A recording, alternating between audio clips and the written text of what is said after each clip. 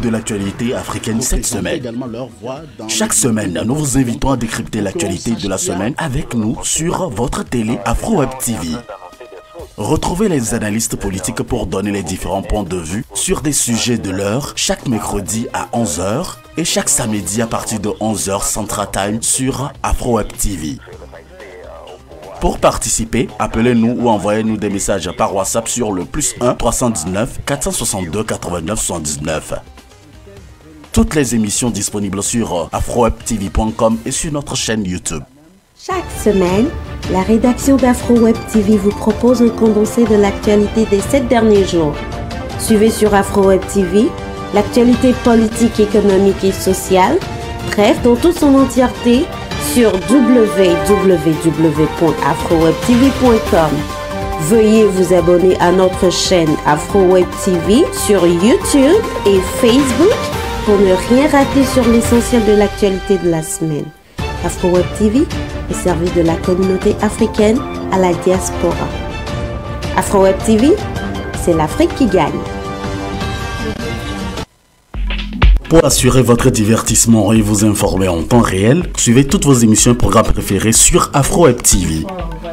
Afro Web TV vous propose un programme varié et diversifié sur www.afrowebtv.com.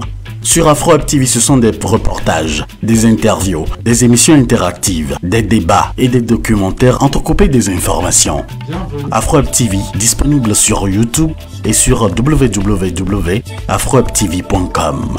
Afro Web TV, la télé plus proche de vous et dans vos téléphones. Pour toutes vos annonces, bandes publicitaires pour vos sociétés ou pour vos différents événements ici aux USA et partout dans le monde, n'hésitez pas de contacter Afro Web TV sur le +1 319 462 89 79 ou sur le website www.afrowebtv.com, sur le Facebook et YouTube Afro Web TV. Afro Web TV, la chaîne de la différence. Afro Web TV, c'est l'Afrique qui gagne. Ici, c'est l'Afrique qui gagne. Merci infiniment. C'est la chaîne de la différence. Merci à tous d'être avec nous. Monsieur Jean-Paul, vous êtes toujours avec nous. Je vais vous permettre en 1 minute de terminer votre intervention très rapidement avant d'aborder la troisième partie donc, de cette émission qui nous unit, qui est à vie de la diaspora. Allez-y. Que vraiment le peuple africain, les peuples africains doivent imiter les peuples burkinabés, maliens. Ibeka, il était à mi-mandat de son deuxième mandat quand le peuple s'est levé, l'a chassé parce qu'il est devenu un tyran. Un travailleur pour la France qui affame les Maliens. Donc les Burkinabés, lorsque Blaise tentait, après la refonte de la République, la nouvelle République où il est au terme de son deuxième mandat pour quitter, il a tenté de modifier la constitution par sa majorité au Parlement et c'est en pleine séance que le peuple s'est saisi du Parlement, a brûlé le Parlement, a frappé sur les députés et je crois que le Mali et le Burkina représentent les peuples dignes que doivent être les Africains pour faire barrage à la tyrannie des 3 et 4 mandats. Même je parle de 1 et 2 mandats parce que pour avoir un mandat, il faut être élu dans les bonnes formes. Au Togo, Fogna Sigbe n'a jamais été élu. Et son deuxième mandat, il a volé. Donc, le peuple doit être capable que si quelqu'un ne gagne pas des élections, mais veut imposer son règne, que le peuple s'impose à lui.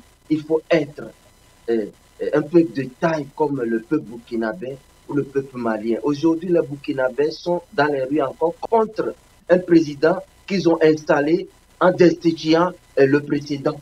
Ça veut dire que ce peuple peut décider à tout moment de qui il veut faire monter au pouvoir et de qui il veut destituer. C'est ce que nos peuples doivent être.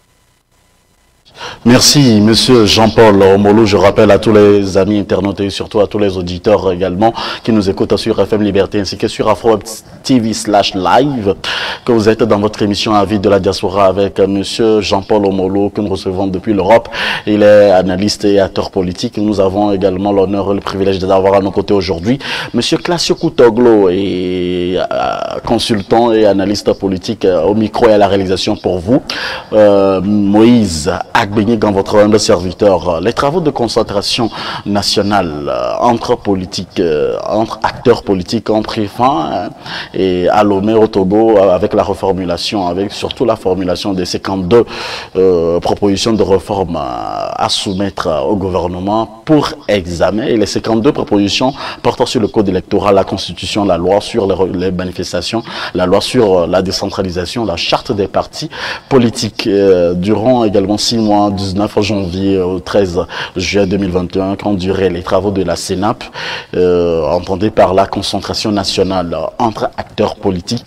Les 17 partis retenus sur la base de leur participation, au moins l'une des 3 dernières élections au Togo, ont tenu 17 réunions au comité d'appui et 11 séances plénières. Que faire et que retenez-vous et quel est votre parti? À quel parti appartenez-vous, vous, Monsieur Classio, pour cette négociation de la CENAP? Vous savez, c'est encore une comédie organisée par le RPT UNIR pour pouvoir tromper la vigilance du peuple. Parce que très souvent, ils disent qu'en politique, quand il y a la crise, il faut s'arrêter, il faut dialoguer, il faut trouver des solutions à la crise. Et vous savez, le RPT UNIR a ce plan dans sa gestion depuis le coup d'État de 1963 fait par la France et mis le président Gnassingbé Eyadema au pouvoir. Donc, ce plan devient, je ne dirais pas un plan Marshall pour la dictature. Quand il y a la crise, donc il faut trouver un moment pour pouvoir tromper la vigilance du peuple et tout cela. Vous savez, je vais être direct avec vous. C'est un scénario qui est créé à travers, par exemple, Sénat. Je vais vous dévoiler le scénario. Tout ce qu'ils sont en train de faire là, qu'est-ce qui les oblige tout simplement à ramener la Constitution de 1992 dans laquelle se trouvent tous ces éléments beaucoup plus sophistiqués et votés par le peuple. Pourquoi? Pourquoi ils ne veulent pas ramener les lignes des réformes faites par Ashkroun? Pourquoi les réformes, on doit se lever chaque jour? Et quand il y a crise, on doit faire les réformes et on ne les applique jamais. Voilà la question que les acteurs politiques doivent se poser, parce qu'il faut aussi faire une différence entre les acteurs politiques, les analyses politiques, et puis ensuite tout ça là. Les acteurs politiques doivent savoir ce qu'ils sont en train de chercher. Donc, Sénat est une comédie organisée une fois encore pour faire passer un coup. Le coup, c'est quoi? Tout ce folklore-là, c'est pour limiter juste l'âge aux élections présidentielles.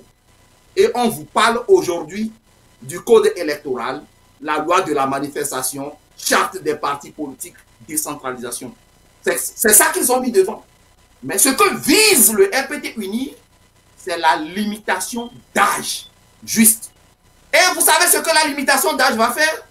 La limitation d'âge va éliminer tous les dinosaures politiques là qui gênent le RPT UNIR et qui gênent la politique au Togo et maintenir Fort Gnassingbé tranquille dans le jeu électoral. Si vous prenez par exemple ANC, vous prenez DMK, vous prenez chaque parti politique, les grands partis politiques qui peuvent gêner le RPT UNIR sur le terrain, si vous prenez tous, ces dinosaures en tête sont frappés par l'âge qu'ils ont choisi. Monsieur Classio, quel parti politique ou quel mouvement politique soutenez-vous? Je ne soutiens pas, je suis derrière le peuple. Et je suis censé d'expliquer ça au peuple et aux acteurs. Je ne fais pas partie d'un parti politique et j'ai décidé de ne pas faire partie d'un parti politique, de rester consultant. Bon, maintenant, quand ils vont limiter l'âge, tous ces dinosaures vont partir et le Fort Gnassingbé sera encore dans la course électorale en 2025. C'est tout ce qui est derrière ce folklore-là qu'on est en train de faire. Donc, moi, je peux vous dire tout simplement que Sénap, c'est folklorique. Il n'y a rien dedans. Tous ceux qui sont en train de faire là-bas, ils ne seront pas respectés. Tout ce qu'ils visent, c'est que maintenir fort en 2025 et éliminer tout le monde. C'est ça. Je m'arrête là-bas pour le moment. Merci, M. Classio. M. Jean-Paul, quelle est votre appréciation des négociations de la Sénap? Et puis, on sait que vous êtes DMK, vous soutenez donc la dynamique Monseigneur Podjro, mais on n'avait pas vu également la DMK, la Sénap. Oui, je remercie cordialement Classio Koutogo qui a été, on ne peut plus, honnête sur cette question. Et voilà, si on avait cette honnêteté dans nos débats, je crois qu'on serait très loin. Bon, pour moi, le but de la Sénap, c'est d'abord d'enterrer le contentieux électoral du 22 février 2020. Et il faut divertir les gens, ils disent que oui, on va au dialogue dans les élections sont déjà enterrées, on regarde vers l'avenir, on prépare les élections régionales. Et de deux, on voulait redorer le blason de ce régime imposteur aux yeux de l'opinion nationale et internationale que oui, l'opposition a accepté qu'on dialogue, donc que le peuple se calme, que les velléités se calment.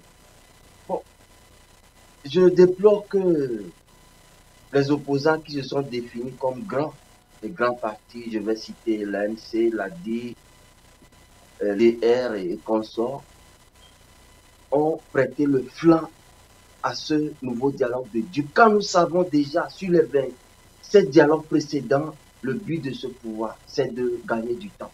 C'est de vous calmer quand vous vous soulevez et que le pouvoir se sent menacé. Et on corrompt avec l'argent ce qu'on peut, et ce qu'on n'arrive pas à corrompre, on va les duper au point où ils vont refroidir et leur base, et la base qui les soutient, le peuple va aussi se refroidir. Donc le pouvoir se renforce. Et c'est soit de mauvaise foi qu'on ne le sache pas, ou soit on est ignorant. Pour être un peu poli envers nos aînés, que je ne peux pas traiter de stupide parce que il faut être stupide pour croire que le pouvoir va nous appeler à un dialogue et va faire des réformes qui vont nous permettre de l'abattre dans les yeux.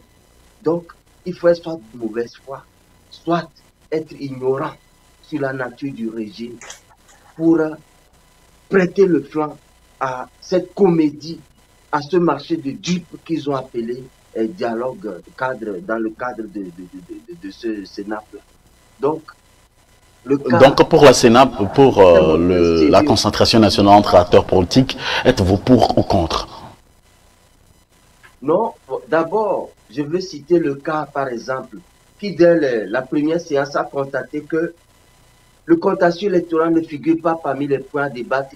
On ne peut pas être dans cette crise post-électorale qui a une ampleur internationale et puis aller à une concertation sans citer, comment dit-on, le contentieux électoral et sans que le contestataire principal des élections ne soit invité à la table. Donc, cette concertation, moi je dis qu'elle est illégitime parce que le pouvoir FPTI n'est pas légitime pour convoquer quelque consultation que ce soit. Pour être honnête, qui a gagné les élections du 22 février 2020, tous les partis d'opposition ont reconnu, la société civile a reconnu que même l'ambassade des États-Unis a d'une façon indirecte reconnu que Ford n'a pas gagné et que c'est Agbéomé le probable vainqueur. Donc, c'est celui qui a gagné, qui légitimement et légalement est mandaté par le peuple pour conduire cette destinée, qui doit appeler les gens à dialoguer. Donc, c'est la logique des choses. C'est celui qui a gagné. Si je maintiens votre réponse, monsieur Jean-Paul, si c'est monsieur Agbeome qui a gagné, monsieur Agbeome n'est pas sur le terrain pour appeler au dialogue. Et puis, la G5 avait proposé à monsieur Agbeome donc de négocier et d'aller à la table de négociation. Jusqu'à ce jour, on n'a pas vu donc la DMK à la table de négociation proposée par la G5. Et de secondo, nous n'avons pas également vu, c'est madame Adjamakbo qu'on voit, qui veut rencontrer maintenant le chef d'État, Faure Gnassingbé, pour discuter avec lui de quoi, on n'en sait pas pour le moment. Et aussi, comment est-ce que vous justifiez cette absence de la DMK, sinon, si on ne l'invitait pas, on n'invitait pas la DMK à la table de négociation de la CENAB? Moi, je crois que nous avons parlé de l'indépendance du Mali tout à l'heure, où Macron n'a pas d'avis à donner aux Maliens. Pourquoi un ambassadeur qui représente son pays va venir nous dicter une feuille de route, comment nous devons mener notre politique? Venir balayer d'un revers de main la victoire que le peuple a consacrée à lui, son candidat. Donc je crois que le président Guillaume a mis le G5 à sa place. C'est une aberration. Donc ne citez pas, s'il vous plaît, le G5 qui vient dans le prolongement de la conférence de Berlin de 1884. Ils viennent parce qu'ils se sentent menacés, ils sentent la domination occidentale sur l'Afrique menacée, donc ils ont orchestré une diplomatie pour empêcher la tenance au Togo. Voilà leur rôle. Donc, concernant Maman Djamago qui veut rencontrer Faure Gnassingbé, je n'en sais rien et je ne crois pas que ce soit le cas. Et si c'est même le cas, je ne crois pas que c'est pour aller s'aplatir devant le tyran. Donc, je n'en sais rien, je n'en parle pas pour le moment. Mais ce que je veux dire est que l'opposition togolaise a échoué, s'est auto-poignardée à la suite des élections du 22 février 2020. Vous ne faites plus partie de l'opposition togolaise? Pardon? Vous ne faites plus partie de l'opposition togolaise? Bon, c'est quoi une opposition? Moi, je n'ai jamais fait partie de cette opposition. J'ai soutenu cette opposition quand elle défend des choses qui concerne le peuple, c'est tout. Vous ne trouverez pas mon nom dans le registre d'un parti politique. Donc c'est ça. Donc se définir opposant, c'est ambigu. Parce qu'Abbas Kabwa peut se réclamer d'être opposant. Et Jerry Tama aussi. Dans le passé, Jacques Amouzou et Adani, il fait. Et tout ça là.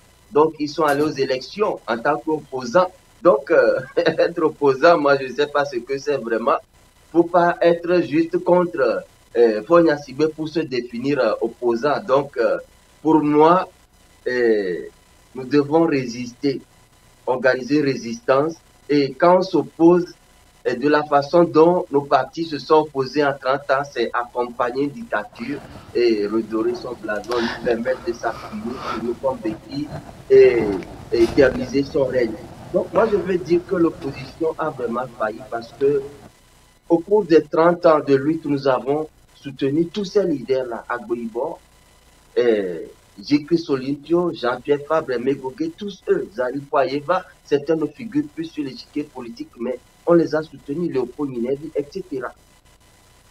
Bon, ce qu'ils auraient fait de mieux, c'est qu'ils n'ont pas gagné, alors de se taire et de laisser celui qui veut réclamer sa victoire faire ce qu'il peut. Mais de là, aller s'attaquer à lui, et c'est ce qui est malsain. Et moi, je crois que on sème aujourd'hui pour demain.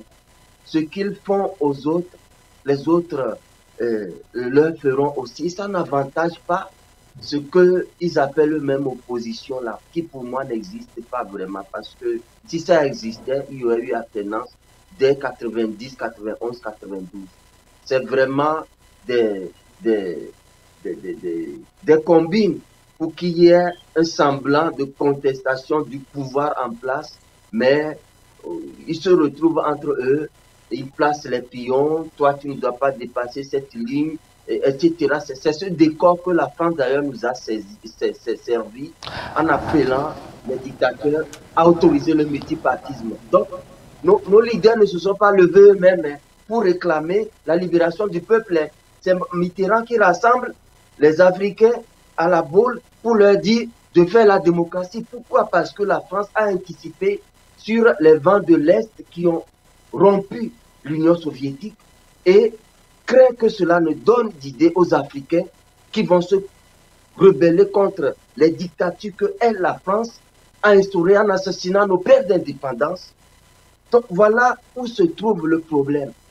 Notre lutte n'est pas partie parce que, bon, moi je suis président et Castro se lève aujourd'hui pour dire non, Jean-Paul, tu ne fais pas ceci bien, je suis contre toi. Non, c'est une France impérialiste que nous combattons, qui vit de notre appauvrissement, qui vit de l'opacité, qui entoure les gouvernances dans nos États, qui nous dit maintenant de créer le multipartisme. Et nous voyons ce que ça a causé. En France, le multipartisme ne cause pas les emprisonnements des opposants, ça ne cause pas les emprisonnements des militants des droits humains, ça ne cause pas l'assassinat des citoyens qui contestent le pouvoir. Oui, monsieur. Oui, monsieur Jean-Paul, je ne vous arrête pas, je ne vous coupe pas. Je ne vous coupe pas, nous allons recevoir très rapidement. Beaucoup d'auditeurs sont en train de mettre en feu le standard en ce moment. Alors, permettez à ce que je reçoive quelques-uns de ces intervenants, de ces auditeurs qui nous suivent de par le monde. Très rapidement, je vais donner 2 minutes à chacun d'eux. Alors, au premier auditeur, monsieur Adolphe, bonjour. Bonjour, monsieur Moïse Agbenigan. Alors, M. Adolphe, vous voulez intervenir par rapport au dernier sujet de ce jour concernant la négociation, une énième négociation au Togo. Oui, je voulais intervenir. D'abord, je salue vos deux invités, Classio et Jean-Paul. Je voulais dire ceci. Au fait, le dialogue, les gens disent énième dialogue, le dialogue en soi n'est pas une mauvaise chose. Puisque même si le pays va bien, il faudrait que ceux qui dirigent invitent sur des projets de loi qui vont toucher le pays sur le plan politique ou sur le plan social, sur de longue durée. Il faudrait que les deux protagonistes s'asseyent pour avoir un point de vue commun. Ça, ce n'est pas mauvais en soi. On peut dire, les Palestiniens, les Israéliens continuent de dialoguer toujours. Vous comprenez? Oui. Mais c'est le résultat qu'on en fait de l'accord sorti du dialogue qui pose problème. Et ce n'est pas les gens crient, il faut pourquoi un dialogue. Ce n'est pas ça la question. Vous comprenez? Oui. Eh bien, maintenant sur le sujet même, je voudrais dire que répéter peut se passer de ce dialogue. Parce que, regardez, le RPT peut continuer sans appeler les partis politiques. Mais ici, il s'agit des partis politiques qui lui ont adressé des lettres discutées encore de l'avenir du pays et des textes, des lois qui régissent notre système politique. Et le président de la République a accepté. Mais est-ce qu'il faut refuser? Vous allez là-bas, vous dites toujours ce que vous pensez. Et si ça ne marche pas, tant mieux. Mais il faut toujours aller dire ce qu'on pense. Parce qu'il y a les partis qui sont au Togo croient encore aux élections. Eux, ils croient pouvoir gagner, changer le pays par les élections. Donc, ils n'ont pas intérêt à boycotter les dialogues directement. C'est ce que nous avons fait dans le passé. Dans le passé, on dit que le RPT a fait ceci, on vous appelle au dialogue, on refuse. C'est comme ça. Bon, j'ai suivi l'un de vos invités, M. Jean-Paul Oumoulou, qui dit que la France ou un ambassadeur n'a pas le droit de leur dicter quoi que ce soit. Mais pourquoi vous êtes parti manifester à Bruxelles? Vous cherchez quoi à Bruxelles? Secondo, Madame Adjamabo, la dernière fois, tout juste, on parle de Commonwealth, et elle dit que le Commonwealth ne peut pas négliger ce qui se passe au Togo, et elle dit des trucs là. Vous cherchez des soutiens à l'extérieur, et on vous renvoie au dialogue, vous refusez de dialoguer.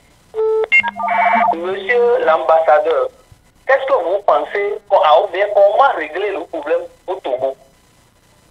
Ma question, c'est adressée à M. Jean-Paul Oumourou. Comment pensez-vous régler le problème si vous refusez le dialogue?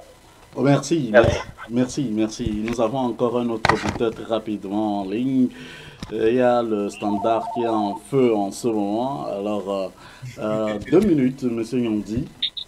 2 minutes, M. Nyondi, allez-y. Vous êtes en direct avec nous. Allô? D'accord. Allô? Bonjour et bonsoir à vous. Allez-y. D'accord. Merci. Et c'est par rapport j'aimerais intervenir par rapport aux interventions des invités. Oui. Et je pense que il faut qu'on arrive à un moment à dire aussi la vérité. Il faut des réformes institutionnelles et constitutionnelles pour faire avancer les États. Et dans le cas de Patrice Talon, il faut le féliciter. Pourquoi le féliciter? Parce que il avait la possibilité de pouvoir... Monsieur Nyondi, on parle maintenant du Togo. Alors, Monsieur Nyondi. Monsieur Nyondi. Allô, Monsieur Nyondi. Allô, Monsieur Nyondi. Allô, Monsieur Nyondi, on parle maintenant du Togo. On parle des négociations au Togo. Donc, par rapport au Togo, oui. Par rapport au Togo, je reviens. Oui, allô, je vous reçois, oui. Par rapport au Togo, oui. D'accord. Par rapport aux négociations au Togo, il faut saluer la démarche. Il faut saluer la démarche parce que si nous retournons en arrière par rapport à l'histoire de notre pays, nous allons voir que dans les années passées, il y avait eu au nombre des partis politiques qui ont refusé de participer au dialogue et aux négociations. Donc, et même on retourne aux élections législatives passées, nous avons vu que la classe politique, soi-disant l'opposition, a refusé, boycotter l'élection législative. Or, nous savons tous que pour des réformes institutionnelles et constitutionnelles, les lois se votent à l'Assemblée. Donc, si nous voulons travailler, si nous avons des idées pour construire ce pays et que nous n'allons pas là où on doit voter les lois, comment nous voulons gouverner le pays? Donc, secondo maintenant, si les gens qui sont au pouvoir et que nous les critiquons et que nous disons qu'ils gouvernent seuls et ils organisent des débats sur des sujets qui portent sur des modifications de la vie politique pour le futur, pour la bonne gouvernance du pays et que nous refusons aussi de participer, est-ce que nous voulons contribuer réellement pour la bonne gouvernance du pays? Secondo, il y a autre chose. Nous pouvons participer. Si on participe au dialogue organisé et que les résultats qui sont sortis ne sont pas favorables aux propositions que nous avons faites, nous pouvons aussi solliciter d'autres dialogues. Parce que la vie politique, la construction d'un pays, on ne peut pas exclure le dialogue. Donc, je pense que aujourd'hui, la classe politique togolaise dans l'ensemble doit saisir des opportunités de dialogue. Parce qu'on avait eu dans le passé, il y a eu des gens qui ont refusé d'intégrer le gouvernement parce qu'ils disent qu'ils sont de l'opposition ou bien ils ont peur parce qu'ils disent qu'on va les critiquer. Non. Mais on ne peut pas, vous ne pouvez pas, si vous avez l'intention, l'ambition de gouverner un pays, vous devez travailler avec les gouvernants, vous devez dialoguer avec eux, vous devez participer à la construction du pays parce que toutes les modifications, toutes les réformes qui vont être faites, c'est pour la vie politique du pays. Mais merci. Si vous ne participez pas et qu'il y a eu des réformes, et s'il arrive un jour que vous arrivez au pouvoir, vous allez chercher à changer ces réformes, vous allez chercher à imposer vos réformes. Merci, Monsieur Nyondi. Merci, Monsieur Nyondi. Nous avons encore un autre appel en ligne, auditeur en ligne. Je pense que c'est de Londres. Allô? Allô? Oui, allô? Oui, allô? Nous avons encore un autre auditeur. Auditeur, allez-y. Comment est-ce qu'on vous appelle, s'il vous plaît? Oui, mon nom c'est Chablé. Oui, Monsieur Chablé, allez-y, on vous écoute. Ok. C'est pour... merci pour m'avoir donné l'antenne. Mon intervention va se faire autour de puisque nous y parlons le jour des élections de 2020, moi je pense que les acteurs politiques qui s'opposent au régime actuel, en 2020, ils ont voté comme ils ont toujours voté lors des élections, au cours des élections qui ont précédé cette dernière. C'est-à-dire qu'il faut arriver à un moment, ce qu'on appelle sacrifice. Nous utilisons ces mots tout le temps, que nous pouvions mettre ça en application. Un candidat a été choisi, bon voilà, vous le soutenez, parce que vous tous, vous luttez pour la même cause. Ou bien vous luttez contre la même personne pour avoir le pouvoir. Mais il faut seulement une seule personne. Allez lui dire, je ne vous aime pas, mais nous allons vous soutenir pour cette élection et après on verra. Mais ça, nous avons manqué de faire ça. C'est ce que moi j'appelle sacrifice. Il faut apprendre à attendre et obtenir ce que l'on veut plus tard. Ça, c'est mon première intervention puisque nous parlons toujours des élections de 2020. Maintenant, au niveau de... Le deuxième point, c'est la concertation nationale entre acteurs politiques. Ouais. Je ne comprends pas. C'est sur l'invitation du gouvernement. Et les gens y sont allés. Mais cette manière du gouvernement, là, moi, je ne comprends pas. C'est vrai qu'il faut s'asseoir pour discuter. C'est pour ça que les gens sont allés. Mais si c'est pour seulement imposer son point de vue aux autres, ou bien son idée, ou bien son objectif, ou son but aux autres, cela n'a pas de sens à mon avis. Parce que l'opposition en allant à ces assises, ou bien les gens, ces opposants qui ont accepté d'aller à ces assises, ils ont aussi des points à débattre. Il y a certains qui ont énuméré les points tels que liste électorale, le vote, comment ça doit se dérouler, les bulletins de vote et tout. Mais ça n'a pas été mis en compte. Cette manière de faire du gouvernement, là, ça laisse à désirer. On ne comprend pas ce que l'on appelle mauvaise foi.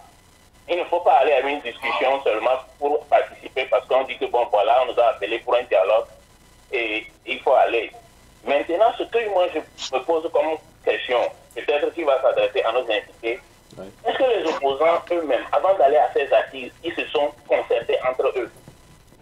Parce qu'il y en a qui sont allés et qui se sont retirés, et il y en a qui sont allés à quelques jours et se sont retirés. Est-ce qu'ils se sont concertés entre eux sur les points sur lesquels ils vont débattre avec le gouvernement?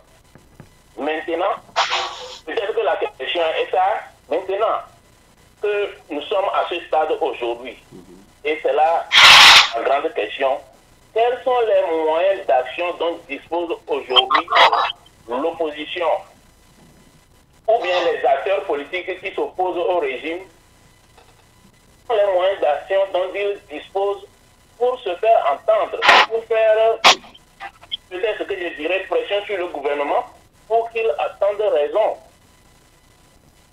Pour qu'il attende raison, parce que vous le voulez ou non, lui, le pouvoir, il est dans son jeu, hein, il fait bien, il joue bien son rôle. Merci beaucoup, nous avons eu vos questions. Oui. Donc c'est ça ma question. Merci beaucoup. Quels sont les moyens d'action dont il dispose? Nous avons parlé du peuple plus tard. Merci beaucoup. Il y a encore un autre auditeur en ligne. Auditeur, bonjour, Kofi de Londres. Vous avez 2 minutes, s'il vous plaît.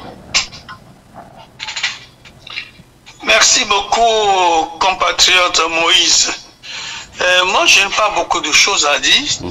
Mais seulement, je voudrais faire une petite remarque pour mes 2 frères qui sont sur le podium avec vous, le frère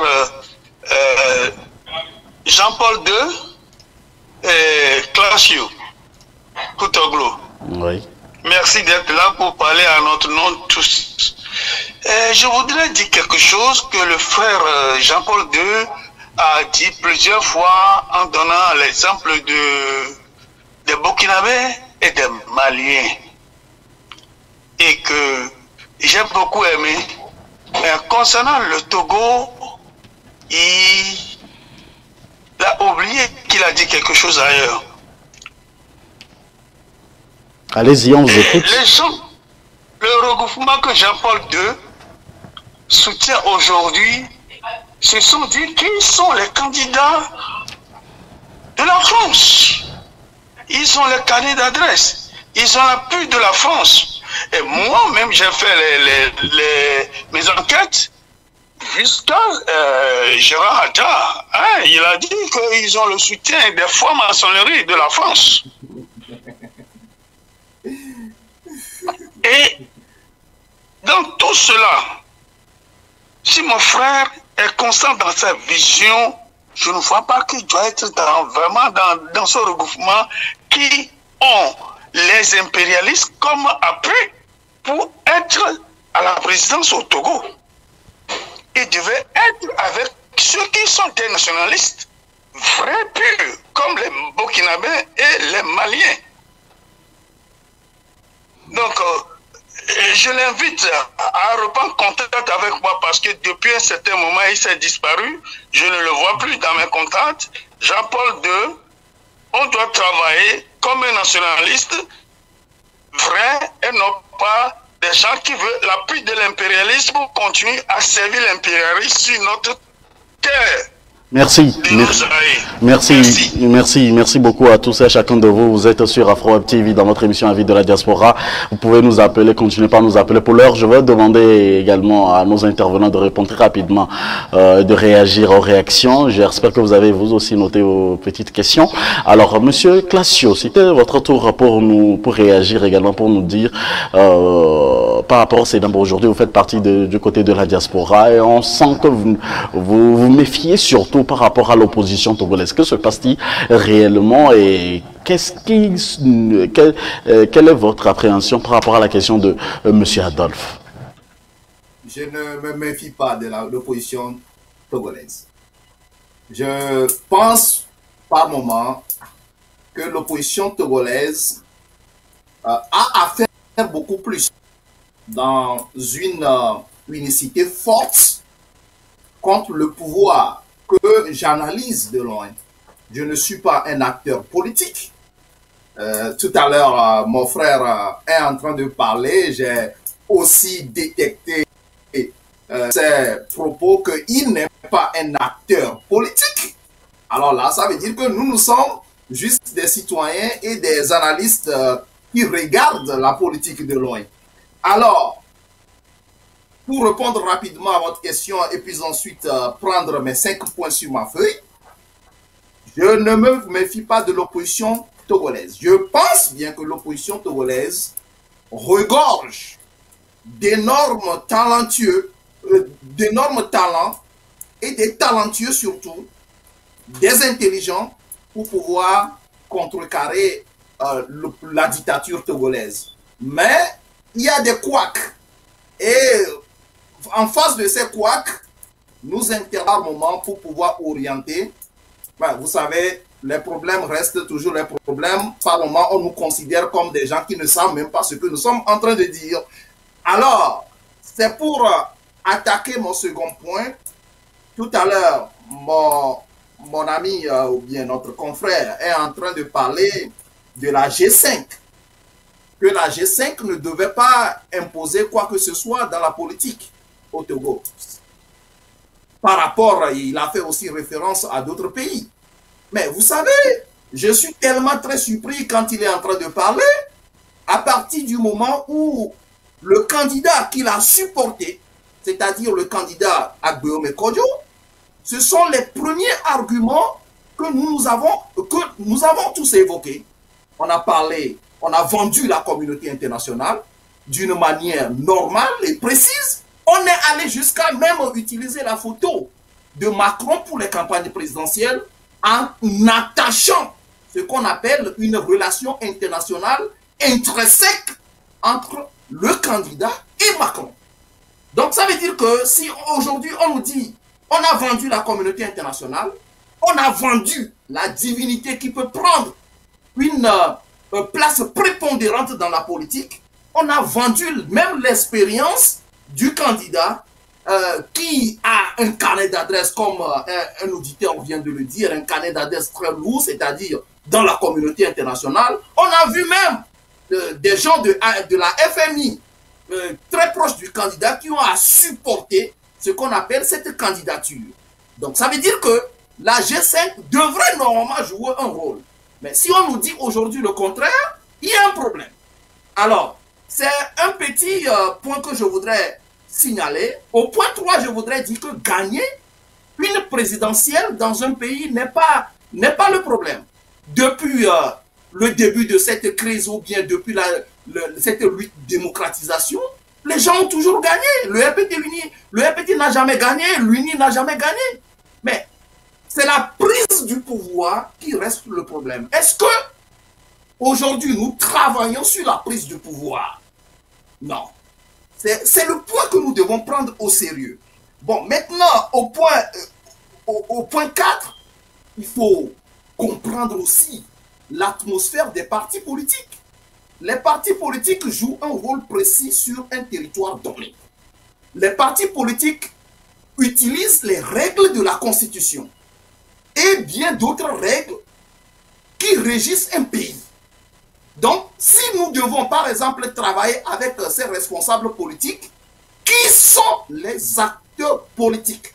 Parce que quand on parle d'acteurs politiques, c'est quelqu'un qui doit respecter les règles ou bien la loi constitutionnelle d'un pays. Que la loi soit légale ou pas, une fois qu'il y a un président qui est là d'une manière dictatoriale, l'acteur politique est par moment censé de respecter certaines règles. Et au Togo, si certains leaders commencent par respecter certaines règles, oui, nous voyons à l'étranger comme des gens qui sont allés prendre des mallettes comme si les mallettes sont dehors un peu partout, tu peux rentrer à la présidence et prendre comme on veut. Merci. C'est ça.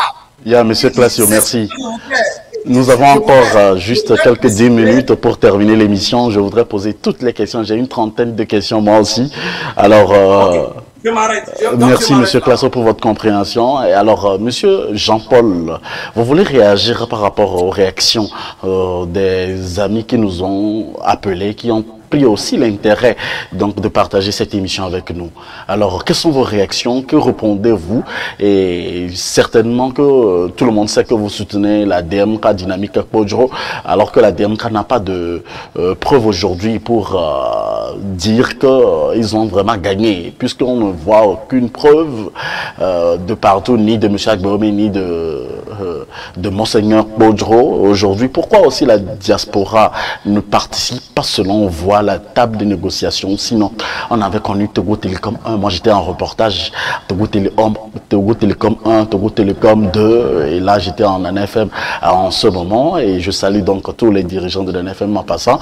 Alors aujourd'hui, c'est la concentration des acteurs politiques du Togo sans la diaspora. Que dites-vous et que répondez-vous également à cela, Monsieur Jean-Paul? Bon, oui, je commence tout par le quatrième point que vous passez au Togo en donnant raison aux acteurs politiques qui doivent respecter un régime dictatorial. C'est là où se situe tout le problème. La ligne de l'opposition sous une dictature ne serait pas de s'opposer ou d'aller dans des négociations, dans des accords, puis contester les accords que ils ont signés. L'opposition doit s'inscrire dans la résistance. Parce que rien de ce qui se fait dans un État comme le Togo n'est légal ni légitime. Donc, en se pliant aux exigences du régime, alors nous décrédibilisons notre lutte. Donc, ça, c'est bien. Donc, c'est juste cet aspect que j'aimerais corriger. Bon, pour aller sur les déclarations de Kofi Delongue, bon, moi je crois que c'est des choses graves, pour dire même presque des mensonges. Et quand on parle de photos de Emmanuel Macron, bon, c'est des photos que nous avons publiées, moi-même je l'ai publié, et c'était plutôt pour dénigrer Agbeome parce que je n'étais pas même de la DMK. Hein? Donc, bon, c'était juste un commentaire bas que j'ai fait comme ça pour demander si c'est vrai qu'ils se connaissent ou pas. Donc, c'était très loin avant les élections. Donc, voilà. Bon. M.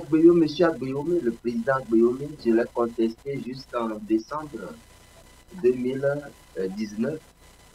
J'étais encore en territoire africain quand j'ai appris sa nomination comme candidat de l'opposition. J'ai tenu ma tête et j'ai pris du recul. Mais soyons honnêtes, pour changer le régime aujourd'hui, l'opposition ne le peut pas. Ne nous mentons pas. Frère Classio Koutobo, disons-nous la vérité. Une dictature, on l'a fait tomber avec des complicités intérieures. C'est tout comme une opposition, une dictature, la morcelle, avec l'aide de certains opposants alimentaires de l'intérieur. Donc, le problème de l'opposition est qu'ils ont des liens avec le pouvoir pour aller manger. Ils n'ont pas des liens pour tisser des relations de complicité pour faire tomber le régime. Sinon, ce régime allait tomber depuis. Le peuple a fait le maximum. L'opposition a failli sur toute la ligne. Et pour preuve, tous les leaders de l'opposition qui ont débuté cette lutte ont fini par être premiers ministres, conseillers, ministres de ce régime qu'eux-mêmes nous ont combattu. Donc, je crois que si on est honnête, on ne doit pas me contester là-dessus. Donc, quant à Kofi Delonge, qui est un chevronné de l'ANC, ces déclarations sont outrageuses et voire mensongères, et je ne veux pas rentrer dans ce débat. Et je crois qu'il n'est pas crédible pour parler objectivement. Et lui et moi, il dit pourquoi je ne lui parle pas. C'est un grand frère que je respecte, mais qui va m'insulter chez les gens avec des audios que j'ai comme preuve ici, que moi j'avais été fou dans le passé, j'avais été traité à Zébevi, ça n'a pas marché, et j'avais été traité dans la poisson. Je tenais un peu normal que c'est ma folie là qui est revenue. Quelqu'un qui me parle comme ça, je dis tout simplement qu'il n'est pas digne de confiance pour continuer à collaborer avec nous. Donc, je ne vais pas aller dans un lien quelconque avec lui. S'il me fout, il sache que les audios qu'il a distribués, et au moment même où nous étions mis en accord, que depuis qu'Agbeyome est nommé, eux aussi vont aux élections, que ce n'est pas avantageux pour nous si on s'attaque entre nous. Et si on s'attaque, ça avantage le régime. Donc, que ce soit Jean-Pierre Fabre, que ce soit Agbeyome, et mes communications sont là, c'est public. Le problème, jusque-là, moi je ne critiquais rien des autres opposants. J'appelle seulement les gens à voter tout, sauf Paul Gnassingbé. Même moi, j'ai choisi la DMK. Mais derrière cet accord, lui va insulter Podro, Nar, comment Podro est parti au Bénin pour être manipulé et aller choisir Agbeyome. J'ai attendu toutes ces choses, mais je n'ai jamais réagi. Ma réaction a commencé quand, après l'apocalypse, après les élections, eux-mêmes, ils ont déclaré Agbeyome vainqueur. Et après, ils disent qu'il n'a pas vaincu, qu'il n'a pas apporté. Est-ce que vous reconnaissez M. Agbeyome vainqueur des élections présidentielles du 22 février 2020? Pardon? Est-ce que vous reconnaissez M. Agbeyome, Dr Agbeyome Kodjo, comme vainqueur des élections du 22 février 2020? Nous le reconnaissons. Paul Gnassingbé même a envoyé des émissaires pour reconnaître ses victoires et lui proposer un pouvoir, une place de Premier ministre. Il a rejeté. Donc, je crois que l'opposition l'a dit. Tous les partis qui ont été aux élections, la société civile Togo Debout, ils ont reconnu. Mars 2020, la conférence des évêques a émis des doutes sur les résultats proclamés par la Seigneur Afrique constitutionnelle. Ça dit beaucoup de choses. Pourquoi depuis 98, depuis certaines années, 98 jusqu'à 2020, l'opposition togolaise n'arrive pas à prouver sa victoire, et selon vous? Il n'y a rien à prouver, en fait. La preuve, c'est que la dictature est vomi par tout le monde. Et Classio l'a dit que le FPTMI n'a jamais gagné d'élection. Ça veut dire que pour 2020 aussi, il n'a pas gagné, si on est d'accord. Et nous avons été tous derrière J.P. Boba Kitani 2 fois, Jean-Pierre Fabre 2 fois. Et on ne sait pas pourquoi eux ils vont contester aujourd'hui un opposant à Paul Gnassingbé qui s'est fait élire. C'est ça le grave danger. Parce que ils s'auto-détruisent. Si ça continue dans ce brouhaha et 2025, les élections nous rattrapent, mais ils ont créé un antécédent qui vont les rattraper. Donc je leur demande de se ressaisir. Il va falloir que, s'ils ne sont pas prêts à soutenir la DMK, de se taire quand même pour que la DMK fasse de son mieux.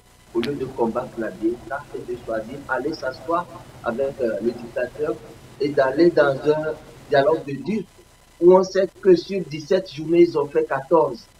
Et ayant reçu des perdièmes journaliers de 200 000 francs par participant. Et bon, à quoi ça arrive maintenant? Soyons honnêtes, juste. Soyons honnêtes. Monsieur Jean-Paul, merci. Monsieur Jean-Paul Molo, merci. Merci encore une fois de recadrer, de prendre le temps de recadrer un peu votre caméra très rapidement pour que vous soyez très bien dans votre cadre, pour que cela soit un peu plus beau, puisqu'il y a votre tête qui se coupe par moment. Très rapidement, je vais recevoir un auditeur en ligne. Auditeur, bonjour. Diminuez l'émission chez vous, s'il vous plaît. Et puis, éloignez-vous du bruit, s'il vous plaît. Oui, allez-y. Vous êtes en direct avec nous. Diminuez le live chez vous et éloignez-vous du bruit. Allez-y, on vous écoute. Ouais. Un instant. Ok, en attendant, je rappelle à tous les auditeurs, si vous nous appelez, diminuez l'émission chez vous. Vous êtes en direct, monsieur. À qui ai-je l'honneur, s'il vous plaît? Adolphe. Monsieur Adolphe, alors, monsieur Adolphe, votre question, s'il vous plaît. Oui. Vous voyez, j'étais étonné que monsieur Omolou parle comme un ange. Lorsqu'il parle comme la dynamique n'a jamais rien fait à l'ANC. La première personne qu'on a insultée, et c'est Monseigneur Oudro, qui a insulté Jean-Pierre Fabre en faisant comme une messe, un évêque qui est dans sa toge, qui est sur, disons, dans son rôle, en train d'insulter quelqu'un. Mais Jean-Pierre Fabre n'a jamais réagi. Et beaucoup de Togolais ne savent pas qu'on a même traité Jean-Pierre Fabre de Judas. Et il faut qu'il soit honnête au moins. Sur les choses là, si lui dit, moi j'ai aussi des audios dans lesquels il a insulté les gens de l'ANC. Il ne faut pas qu'il mente. Lui, Romarisson, on les a tous écoutés. Quand il tirait sur les gens de l'ANC, il ne faut pas qu'il mente. Monsieur Adolphe, s'il vous plaît. Monsieur Adolphe, s'il vous plaît, nous ne sommes pas là pour faire Monsieur Adolphe, écoutez-moi. Monsieur Adolphe, écoutez-moi. Nous ne sommes pas là pour faire le procès. Oui. Ouais, mais nous ne sommes pas là pour faire le procès de monsieur Jean-Paul ni de monsieur Romarickson, même qui n'est pas aussi invité. Merci. Est-ce que vous avez des réactions? Est-ce que vous avez des réactions par rapport aux interventions ou carrément vous avez une question à poser concernant la CENAP? Ma question, oui, allez-y. J'ai décidé des numéros sur lesquels on doit faire le cash app et autres là. Oui. C'est bien votre numéro, non? C'est le numéro de l'entreprise, c'est le numéro d'AfroWeb TV. Si vous pouvez nous aider à faire asseoir également cette chaîne qui fait de très belles émissions, qui vous propose également des émissions de qualité. Je vous encourage beaucoup, monsieur Moïse. Oui. Ça, c'est considéré que c'est fait. C'est le moment aussi d'inviter tous les Togolais qui regardent l'émission à faire le même, à aider votre télévision. Merci, hein. C'est notre télévision, c'est pas la télévision de Moïse. Merci beaucoup, monsieur Adolphe.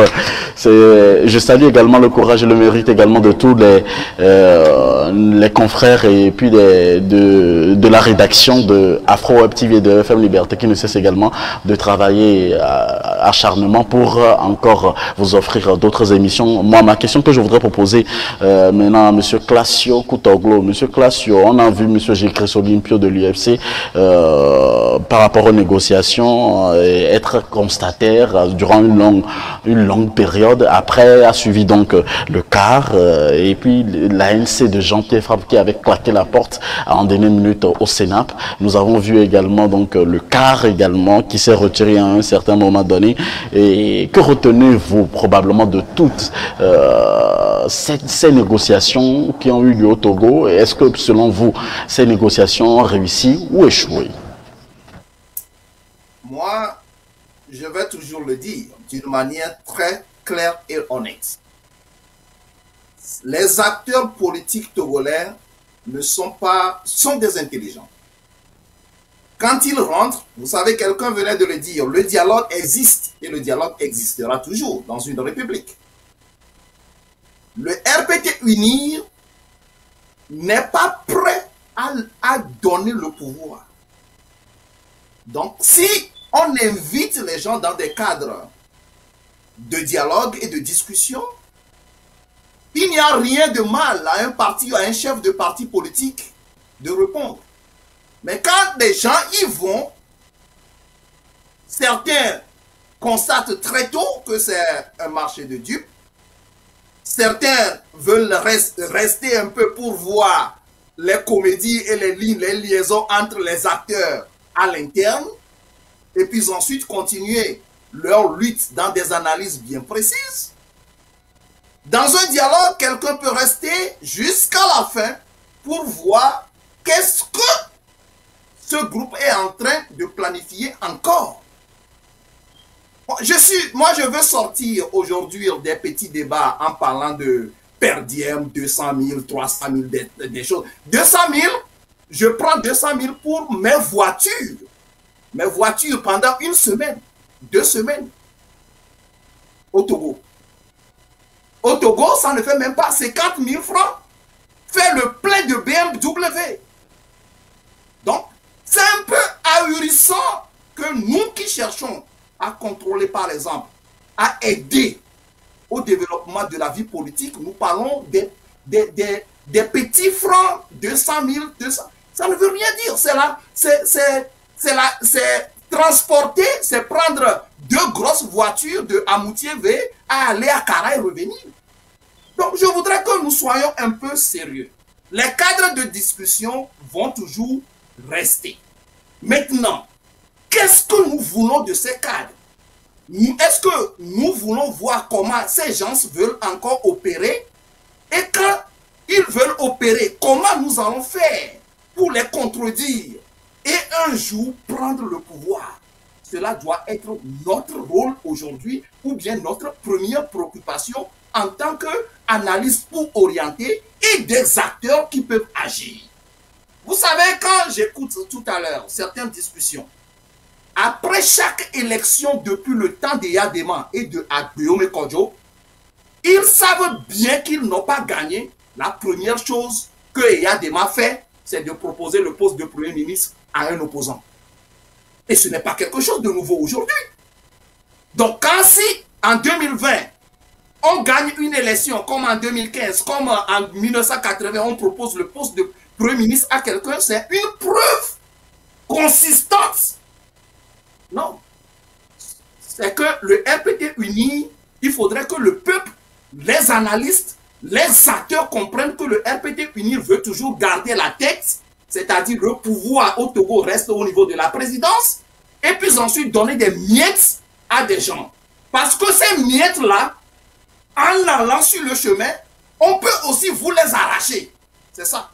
Donc, ce n'est pas parce que le RPT uni ou bien Faure Gnassingbé a reconnu que Agbeome a gagné qu'on a envoyé des émissaires pour aller lui proposer le poste de Premier ministre. Faure Gnassingbé reconnaîtrait la victoire de Agbeome en envoyant des émissaires chez lui pour pouvoir venir prendre le pouvoir. Il faudrait que nous commencions par dire la vérité au peuple à des moments donnés. En ce qui concerne certaines petites crises, mes chers compatriotes, nous devons arriver à un moment de dépasser certaines choses. Nous avions tous échoué.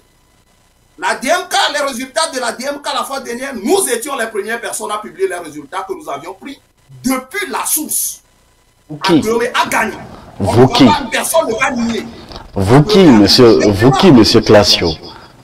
Non, parce que nous avons un groupe sur le terrain, nous avons dépêché 102 personnes sur le terrain pour superviser les élections. Superviser les élections. Je voudrais que vous précisez vous qui, en fait, l'opposition, la communauté internationale. Notre entité a dépêché des gens, a payé 102 personnes à travers les gens de la société civile. Et quelle est votre entité, monsieur Classio? L'entité, c'est la diaspora consciente, les labos. Nous avions dépêché des gens. Et c'est ce que je représente par moment. Vous voyez? Donc, l'histoire de ces petites crises-là, l'histoire de ces petites crises-là, nous devons dépasser.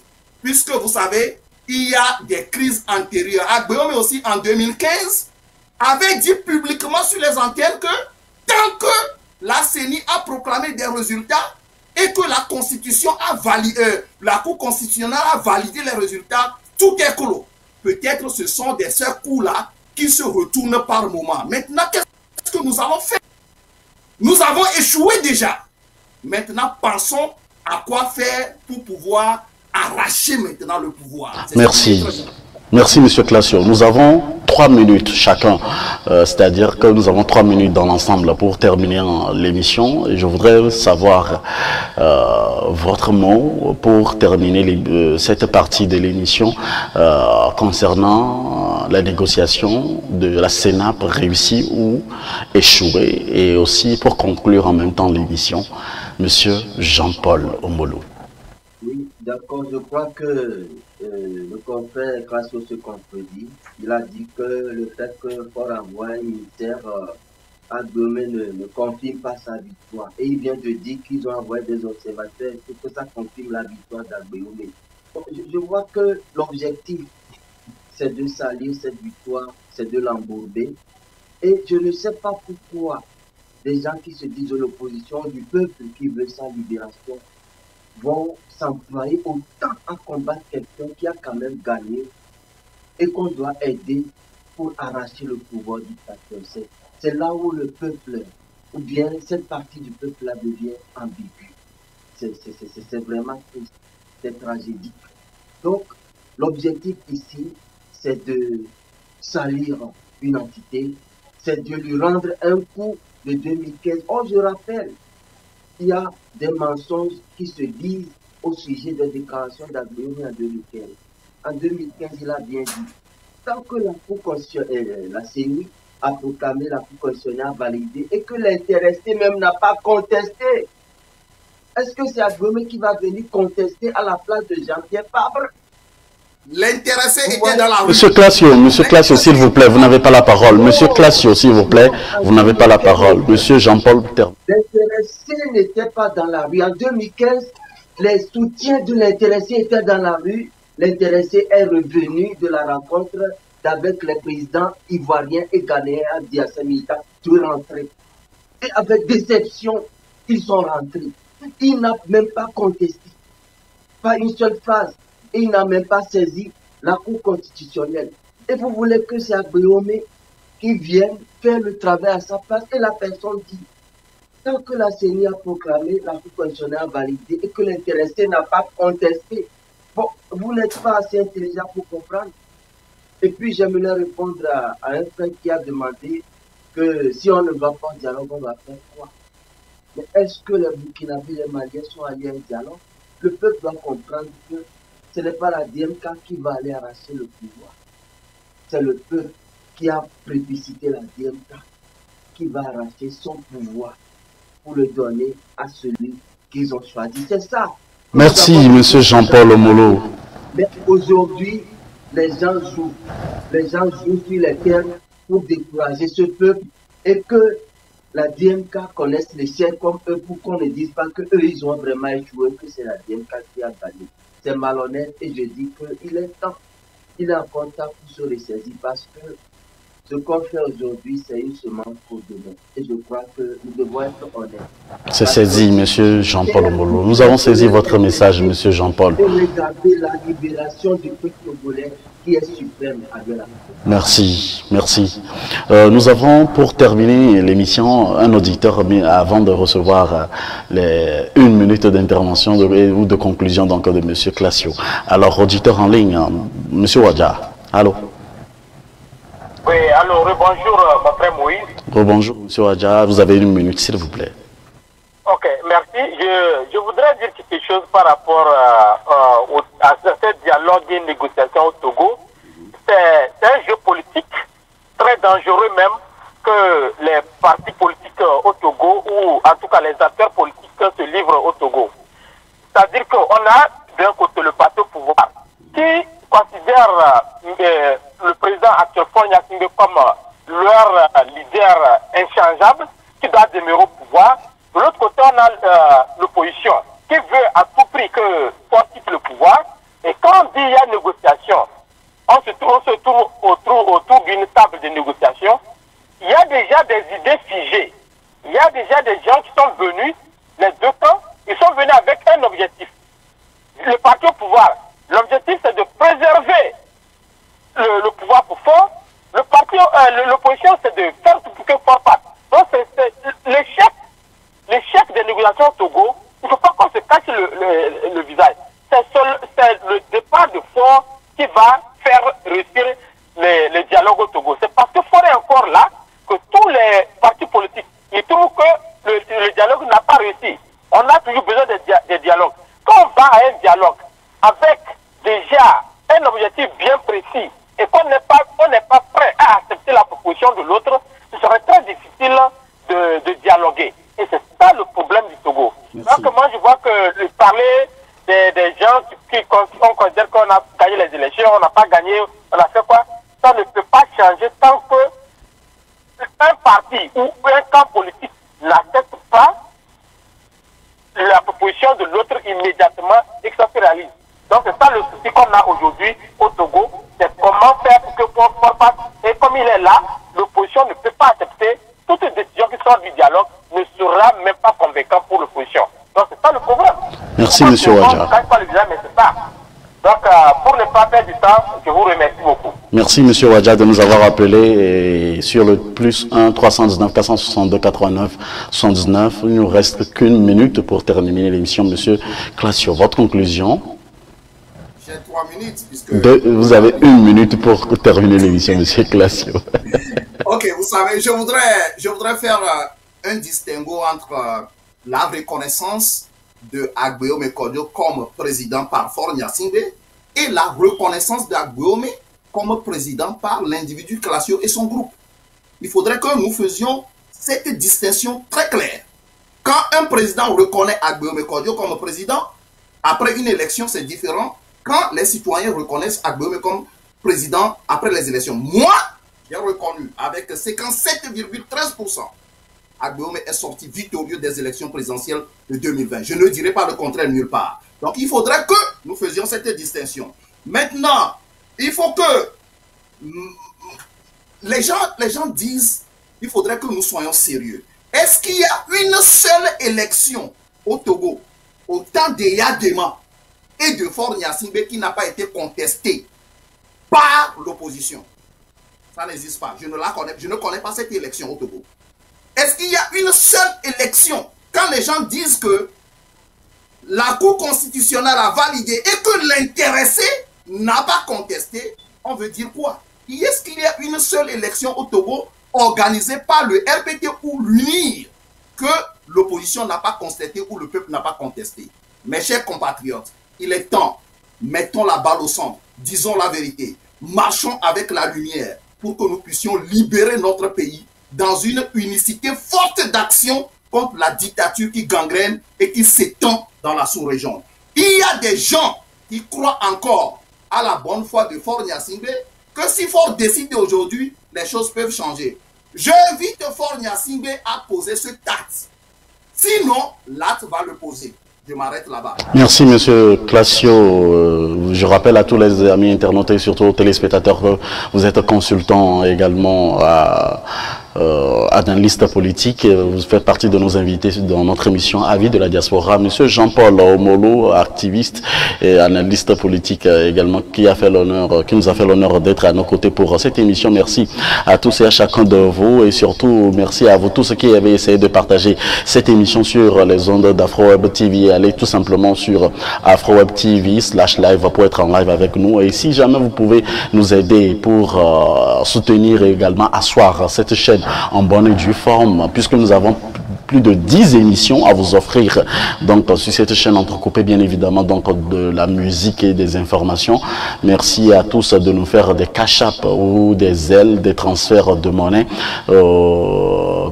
sur le numéro affiché à votre écran +1 319 462 89 79. Également par PayPal, vous pouvez nous soutenir sur le mail afrowebtv2020@gmail.com pour nous soutenir et agrandir également cette chaîne émettant depuis les États-Unis. Merci également à vous tous qui nous avez appelés pour votre intérêt. On se retrouve dans probablement 30 minutes pour une autre émission de couple. Alors merci à tous les politiciens et notre souhait c'est d'avoir tous les partis politiques comme invités pour éclaircir la lanterne de toute la diaspora, la communauté africaine, surtout à la diaspora. Ça a été un plaisir de vous savoir. Merci messieurs d'avoir accepté nos invitations. On se retrouve pour un autre numéro de votre émission Avis de la diaspora sur FM Liberté et AfroWeb TV. Ciao, bye. Que pensez-vous de l'actualité africaine cette semaine? Chaque semaine, nous vous invitons à décrypter l'actualité de la semaine avec nous sur votre télé AfroWeb TV. Retrouvez les analystes politiques pour donner les différents points de vue sur des sujets de l'heure chaque mercredi à 11 h et chaque samedi à partir de 11 h Central Time sur AfroWeb TV. Pour participer, appelez-nous ou envoyez-nous des messages par WhatsApp sur le +1 319 462 89 79. Toutes les émissions disponibles sur afrowebtv.com et sur notre chaîne YouTube. Pour assurer votre divertissement et vous informer en temps réel, suivez toutes vos émissions et programmes préférés sur AfroWeb TV. AfroWeb TV vous propose un programme varié, diversifié sur www.afrowebtv.com. Sur AfroWeb TV, ce sont des reportages, des interviews, des émissions interactives, des débats et des documentaires entrecoupés des informations. AfroWeb TV, disponible sur YouTube et sur www.afrowebtv.com. AfroWeb TV, la télé plus proche de vous et dans vos téléphones. Chaque semaine, la rédaction d'AfroWeb TV vous propose un condensé de l'actualité des 7 derniers jours. Suivez sur AfroWeb TV l'actualité politique, économique et sociale, bref, dans toute son entièreté, sur www.afrowebtv.com. Veuillez vous abonner à notre chaîne AfroWeb TV sur YouTube et Facebook pour ne rien rater sur l'essentiel de l'actualité de la semaine. AfroWeb, toutes vos annonces, au service de la communauté africaine à la diaspora. AfroWeb TV, c'est l'Afrique qui gagne. Toutes vos annonces, bandes publicitaires pour vos sociétés ou pour vos différents événements ici aux USA et partout dans le monde, n'hésitez pas de contacter AfroWeb TV sur le +1 319 462 89 79 ou sur le website www.afrowebtv.com, sur le Facebook et YouTube AfroWeb TV.